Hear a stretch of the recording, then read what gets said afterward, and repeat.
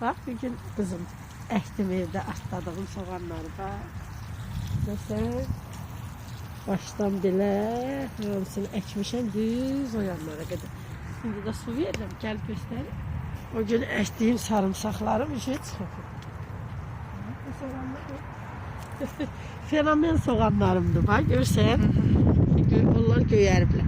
Bura ancaq sarımsaq etmişdim. Bak gel göstərim yıxılarsan. Bak görsən sarımsaqlarım şey çıxıblar. Görsən şlakın arxasında. Bunlar görsən bunlar sarımsaqlardır. Bu cərgəylə bir gödük.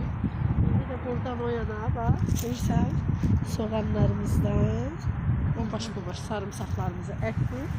Şimdi də su verirəm qəşəng qaldı. Bura bibinin köyərtüsünün ayırdığı yerdir. Köklərimizdir bax bunlar. Sarı kökünə qara kök.